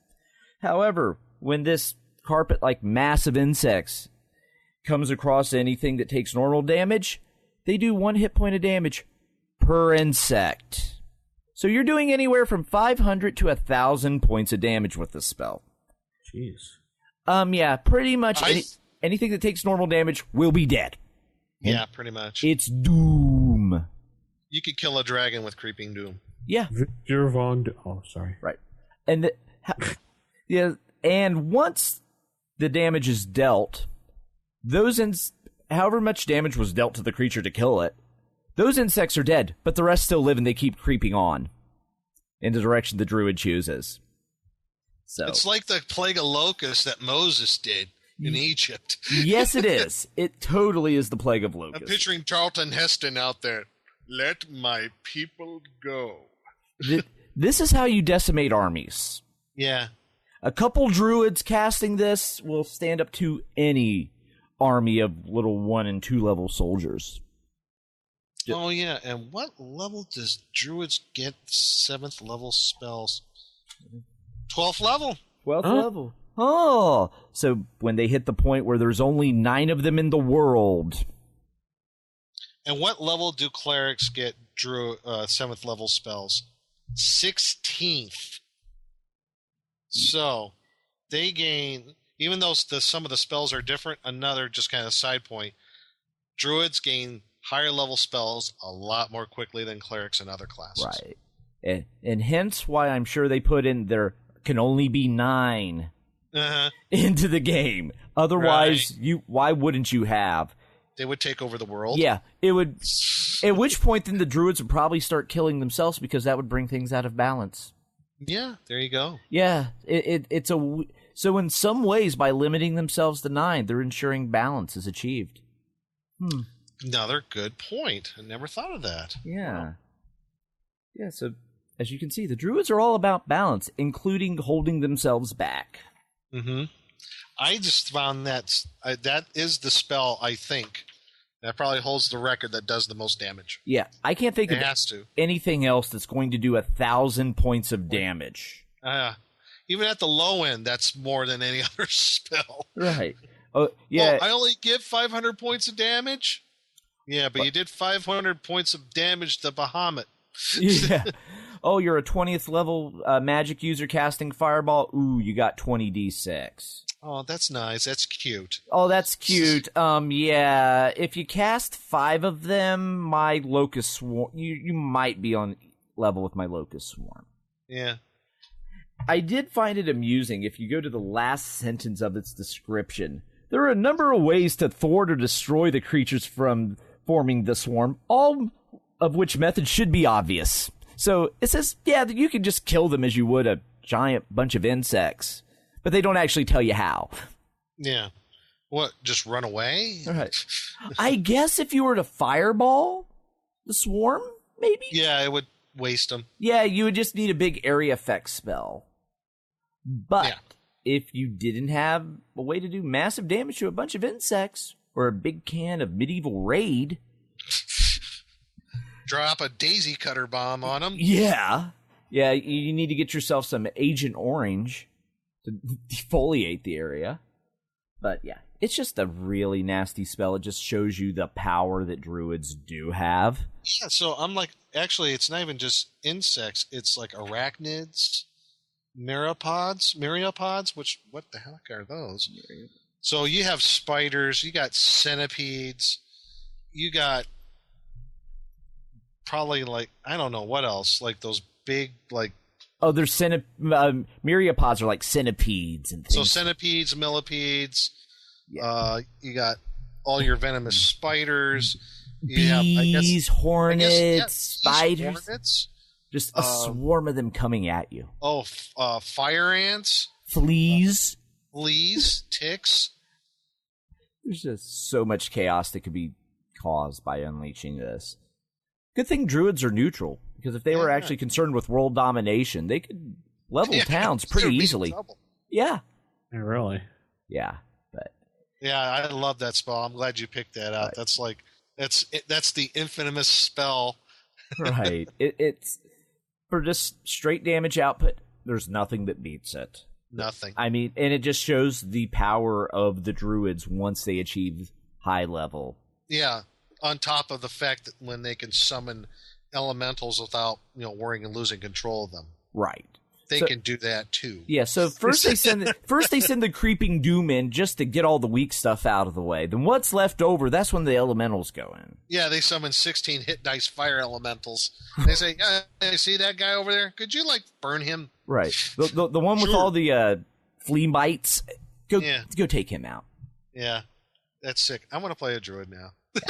Yeah, I'm kind of leaning towards that too. I'm just like, wow, I never realized just how much fun they would be, because you get to go between that I'm a healer fighter fairly well. And I mean, the only drawback to the druid is, you have to wear leather armor and use wood shields. Yeah. Oh no, when I'm doing 1,000 points of insect damage, I'm not worried about a wooden shield. Yeah, but upside is they actually have a little bit better weapon choice than the cleric, because they can use bladed weapons. They can use a scimitar. Right. So yeah. And if a scimitar or speed somehow comes up in the campaign, now the druid's the fastest fighter in the group. Yeah. At that point, everyone's just like, why are we even here? Yeah. He doesn't need us. He's a one-man army. Yeah. Stupid hippie. Yeah. Him and all of his animal friends. Yeah. Yeah. You could almost... Bears and... Yeah. You could almost run a campaign, like a solo campaign as a druid. You almost could. Especially once they get high enough. Once they get 12th level, they get 3 first-level followers. Mm-hmm. So, and in addition to all the hit dice of animal companions and elemental companions and insects they summon. Yeah, so at 7th level, they can control up to 14 hit dice of creatures with their that spell. Yeah. So that's like whales. Right. Yes. Or dinosaurs. No, can't do dinosaurs. Oh, no dinosaurs. Intelligence level's too low. They have to have actually a certain monicum of intelligence. Yes, they have to be animal intelligence or I think with animal friendship, they have to have a minimum intelligence of animal, but no more than semi. Okay. Because dinosaurs are non, I believe. So if you gave a dinosaur like a potion to gain intelligence, you could then charm it and have a druid riding a dinosaur. Hey, it's Moon Boy and Devil Dinosaur. Remember that comic? Yes, I do. And the chair speaks. Yes, the chair speaks. And we close the lid on the treasure chest. Yes. And we put all the insects back in. Yes. I'm just envisioning if you were just normal like villagers seeing this spell unleashed, just that their skin crawling and being all like itchy for like a week afterwards. Yeah. Because everybody get insectophobias now. Right. Or just imagine if you already had like arachnophobia or something. Oh. Yeah. Creepy. Yeah. Creepy. But yeah. Druid spells. Really uber powerful. Yes. What are you going to do? Yeah. Play a druid next time? Yeah. That's what I'm totally. Well, guess what? We have another vault coming up. Blackstone's vault, and it's not Nick. We swear. It's not Nick. We swear. Totally swear. Nope. Definitely not. Even though he got 2 paychecks sent to his house. So. He's just Blackstone's accountant. Yeah. Hey, I deny all knowledge. Yeah. I plead the fifth. Let's head into the Blackstone's vault, and we'll be back right after this. Blackstone's vault.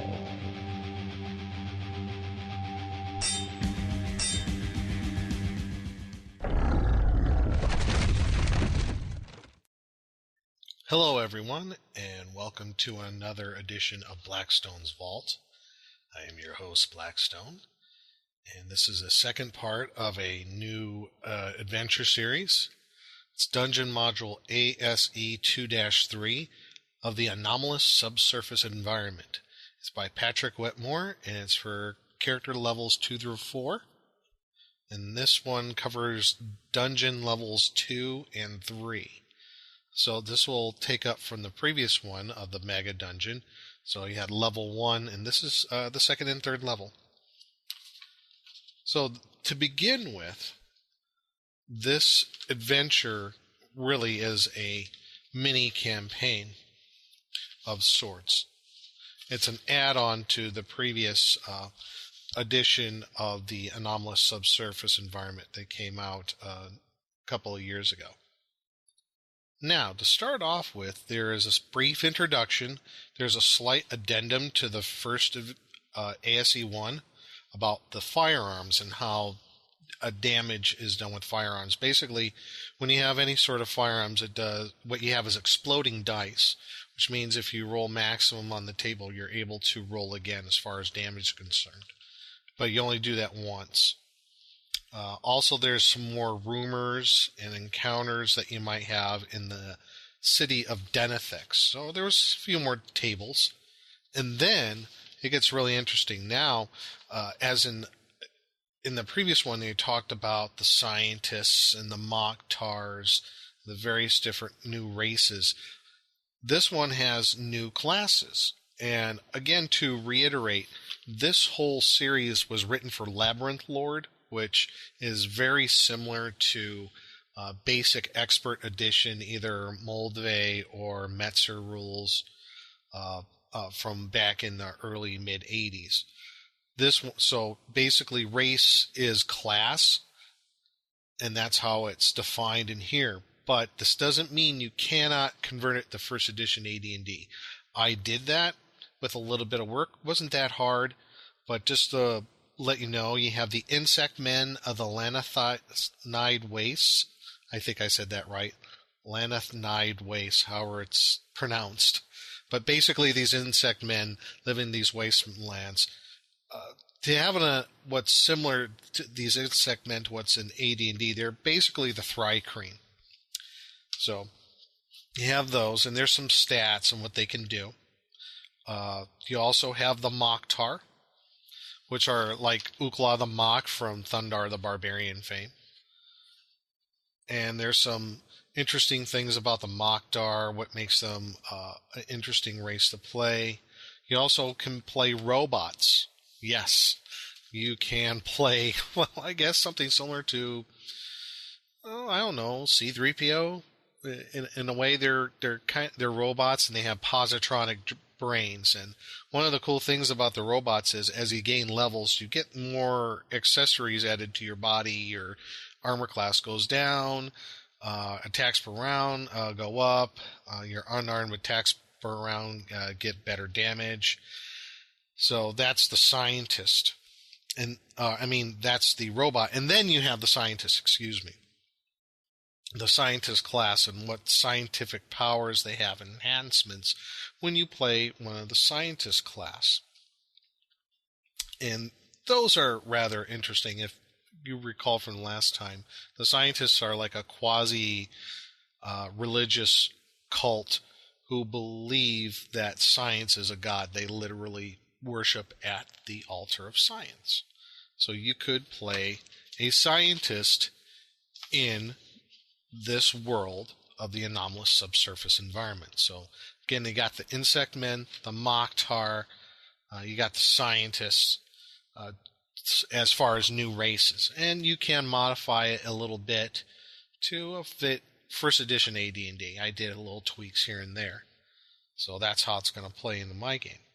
But if you want to play it with the Labyrinth World rules or basic and expert edition, you wouldn't have a problem with doing that at all. Just turn the key and go. Next section is they have a section on various types of wizards that you might encounter in the wastelands outside of Denethix. So there's basically some crazy NPCs that you might run into. And wizards is kind of a general term in this world. It's basically anybody who's using either magic or science and or both together to try to gain power, and they're termed wizards in this game world. So, for example, there's one called the Toy Maker. He was a normal human. He's dressed in a tweed suit and wearing a derby hat. He drags an unwieldy paisley suitcase along with him. If threatened, the Toy Maker will unlatch the suitcase, revealing an interior filled with gray fog, and 2d4 wind-up toy soldiers and sock monkeys will march out of the foggy suitcase, and they'll basically attack you. So that's one of these crazy, weird wizards, is the Toy Maker. Another section, there's a little bit on some NPC adventuring parties that you can use, so they're already pre-made for you, because sometimes in a random encounter roll you need to do a adventuring party, and there's a few in here that fits within the game world, which is pretty good. So that will be in that section. Next, you go right into level 2, the anomalous subsurface environment, and in this section it is really, really crazy. And like the previous book, at the beginning of each level, there's different factions that you might have to deal with, and maybe some ideas. And if the party does certain things, they might be able to gain the loyalty of a certain faction or pit factions against each other. So there might be some hints or clues for the DMs, like if certain events arise, certain things might happen to allow factions to interact with the player characters. Some of the factions on the level there are they're clowns. There is a circus on this level. But it's not your Ringling Brothers and Barnum and Bailey circus that's, happy-go-lucky with elephants and trampolines and what have you. Oh, yeah, there's trampolines, but these are kind of like, these clowns are like, if you remember the movie Killer Clowns from Outer Space, yeah, they're pretty much like that. So, not to get much detail, the best part, though, is the center ring of the circus where there's the possibility of the adventuring party. You have to deal with an Allosaurus in the big top. So, yes, that's part of it. So, yes, you have to deal with these, they're carnivorous clowns. And they're really creepy. And I could tell you that this will really throw a party on its ear. So, you have that section of level 2. One of my favorite parts of level 2 is there's this section, it's a room called the Head Exchanger. There's this chair that if one of the party members go into, and I believe if they hit a button or a lever, it's either off or on will happen, and they'll get restrained. Their head will be surgically replaced with another head in a container on some shelves. So it makes a real interesting situation that your player characters might get into. You have another section in level 2, which, okay, you go from the circus, now you go into something a little more, I don't know. If you're like heavy metal, then you'll understand it. I'm, talking heavy metal music. If you're into, Quiet Riot, Scorpions, AC/DC, and the like, there's a whole section that's kind of revolves around the heavy metal gods. And there's an artifact that you might be able to get. It's called the Metal Axe, and it is pretty darn cool if you ask me. I kind of like how that was kind of incorporated into this adventure. You also have some other areas. You have this one he's an ogre, I believe. He is named Fat Grundle, and he may or may not attack you. He has this beer stein that he hits you with. That's a pretty nasty encounter. There's also a cryogenic hall where there's people that has been suspended animation for hundreds, if not thousands of years, and you might be able to free some of these people. And then there is the section where it's basically a hospital, you might want to call it. A doctor's office, and that's where you might encounter Dr. Giggles. And Dr. Giggles, you can probably tell by his name, is not exactly the most sane doctor in the world. So he's pretty nasty. He has troglodyte assistants. He has some of the clown, also they're known as painted men, assistants as well. So he might perform operations that could be beneficial or not so beneficial to the player characters if they get caught by Dr. Giggles and his crew. Also on this level 2, you have a lair of the necromantic midgets. Yes, midgets that are necromancers, and they're pretty nasty, I must say. Everything in here is so unusual and so weird and just so refreshingly so, that I really love almost each and every encounter. There's not one I really don't like. There's a good twist on everything, and it's really going to throw your players for a loop. So you have the lair of the necromantic midgets, and you also have the possibility of running into an Otyugh in basically a sewage facility. Also, there's these huge caverns filled with mushrooms and other creatures that you might run into. And probably one of the most interesting and probably enigmatic of the encounters when you're in this large, very large cavern filled with mushrooms and other sorts of fungi is you might encounter, he's just known as the Man from Below. And this man has been kind of wandering around for many, many years, and he says he's from the place of Under Miami. He says he's awakened many times in Under Miami, full of inexplicable anxiety and desire to rush out of the safety of the subterranean city. He has always made his way to the deep tower, from there up to this cavern where he rediscovers his diary on a ledge and begins writing anew. The handwriting is consistent, but the dates, if accurate, indicate a span of centuries. So this is kind of really it's an open-ended sort of mystery right now. I would imagine this whole stuff about Under Miami will be brought up in later installments of the anomalous subsurface environment. So that's a bit of a mystery even now. So that's pretty much level 2.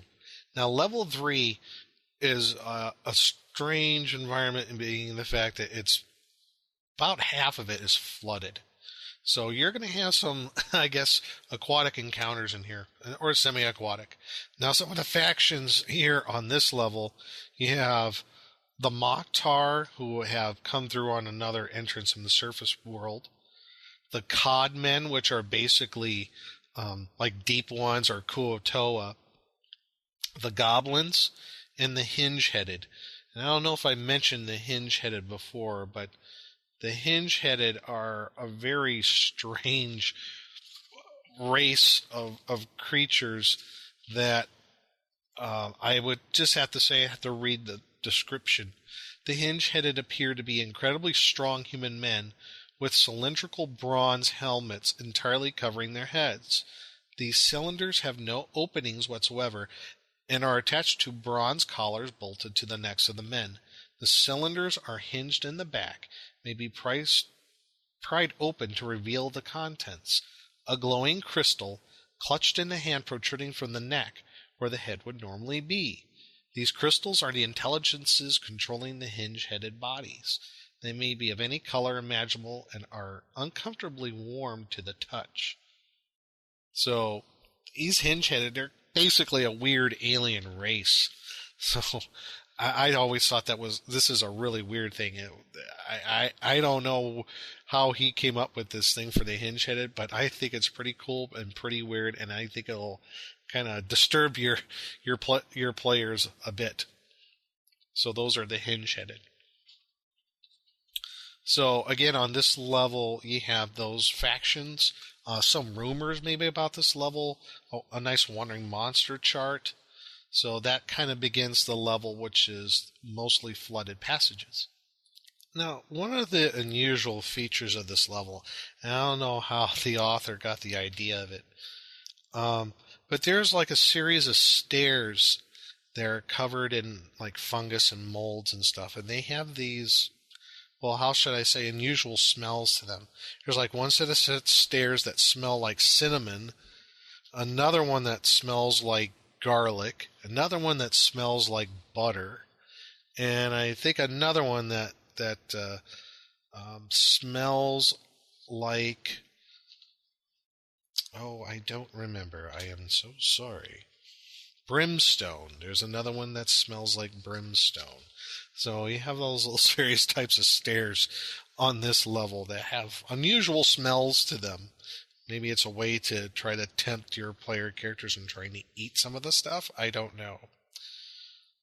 So that's one unusual feature of this level. Now, just some of the things that you might encounter and some maybe traps that you might have on this level. You have the lair of the Codmen that you might go into. There's a room where there's a voice from elsewhere. You hear this crackling voice that comes from a man's head floating in the center of the room. It's like an image, and he's saying, "Who's there? Can you hear me? Please respond. What do you want?" And he's saying, "Who are you? Where do you come from?" And if you ask who he is, he will just say Frank. And where he's from, he just says, "From the other side," whatever that means. You also have a couple of rooms with traps that are lasers, just to name a few. There's a room that has a fountain in it, and out of this fountain there's various different spouts of different colors, and whichever color your drink might have something beneficial, or it might not, depending on which color it is, and I'm not going to say what it is, because that would kind of ruin the adventure. But there's the fountain room. There's also a statue of an automaton. He seems to have been broken, and it's kind of a weird.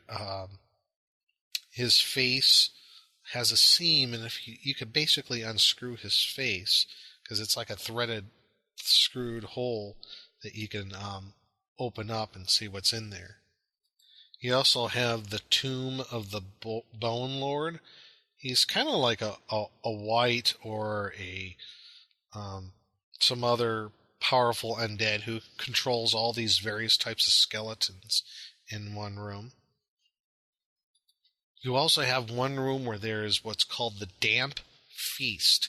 There's this table, and it's loaded down with all these various types of foods made by this ball up on the ceiling that is basically a robot. It made all this food, and some of it's good and some of it, well, not so good.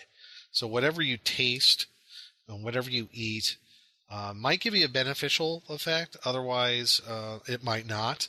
But that's a very unusual encounter in there. Then also you have the goblins that are on this level, and the possibility of running into the goblin hive mind. So that, in a nutshell, is level 3. There's a lot more in level 3, because obviously, like I said, this is a mega dungeon, so there are some things I did skip over.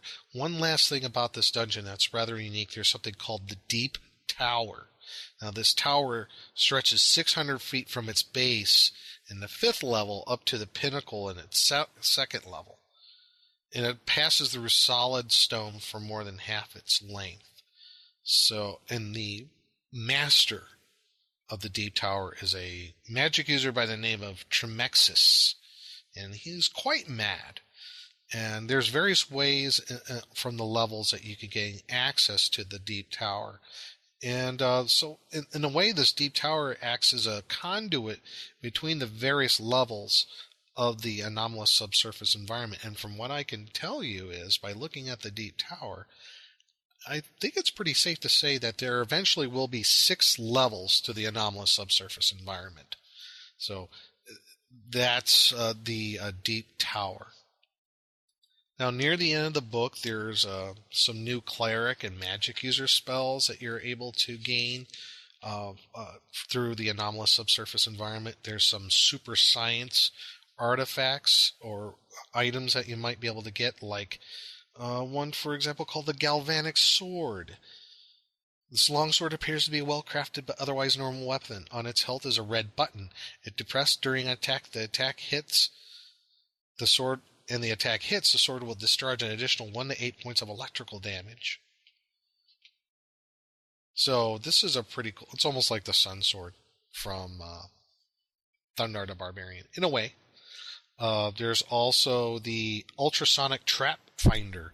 This device is a black box, and you there's a little speaker on it, and when you put it within mechanical traps about 30 feet, it says trap free or traps detected. So it's a super science item. There's some magic items that you can get in here. There's the Crypt Crown. And this crown, any living teacher that touches this crown will instantly die, and their flesh will slough off over the next hour. The skeleton will then rise as the Tomb Guardian. So don't touch that. There's one I think is really cool. It's the Ghost Revolver. It looks like an old rusty 6-shooter. But one of the cool things, you can put normal bullets in it, and they all fire normally. But if the hammer lands on an empty chamber, a ghost bullet will fire, leaving a trail of eldritch green vapor as it fires towards the target. And it does, and it also affect creatures only hit by magical weapons. So if you find this ghost revolver, it's a pretty cool weapon because you don't have to worry about any reloads. You just keep on shooting. So that's a couple of the magic items. There's the metal axe I did bring up earlier when you're in kind of the heavy metal section of dungeon level 2. And there's a very long section on that. And then there's new monsters. You have the aerial jellyfish. There is nightmare algae. Headless apes. Yes, this is just the A section. A drum automaton. A gladiatorial automaton. A pressure washer automaton. So you have blood-stained phantoms, crawling clam, corpse curtains, eye jellies. Yeah, those are pretty nasty. So those are just some of the monsters that you have in the anomalous subsurface environment, including the medical mistake, the necromantic midgets, flying vampiric piranha. If that isn't nasty enough, I don't know what is. Giant cave salamanders, lesser sewage elementals. You have gulping trolls. So those are some of the monsters that are in the end of the book, part of the anomalous subsurface environment.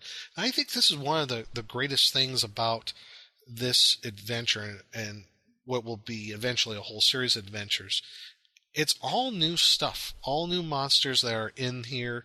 And then if it isn't new, like, for example, the goblins, there's an interesting twist that are put upon goblins in this particular game world.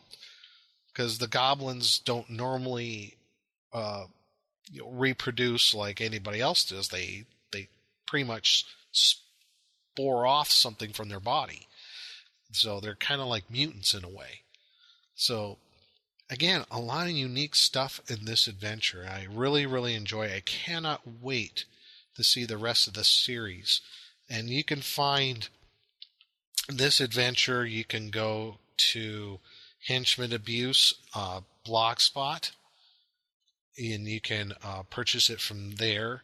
There is a link to their instant print website, so you can get either of hard copy like I have, or you can get a PDF of it, or you can get both. But I highly recommend this. It's, again, some of the most unique stuff I've ever seen come out from the old school Renaissance, and some of the most fun. I like that it's quirky. I like that it's gonzo. It's over the top. Because sometimes I think we take ourselves a little too seriously, and we just got to have a little fun and go back and just crawl around the dungeon and see what's weird. So that's Dungeon Module ASE 2-3, Anomalous Subsurface Environment by Patrick Wetmore, Dungeon Levels 2 and 3. And this is for adventures for character levels 2 through 4.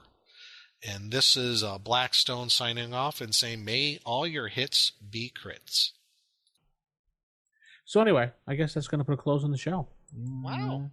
Okay. I think Very we've said cool. all that we can say, and us grog nards. Yes, grognods, yes. Yeah. So, again, everybody, check out those Dragon Magazine articles. 48, 71, 119, and 122. Yeah. Or I think the issue 48 was also included in Best of Dragon Volume 3. So you could check that as well. So there you have it. Happy gaming. Happy gaming indeed. Keep it original, keep it old school, and good night. Good night. Good night.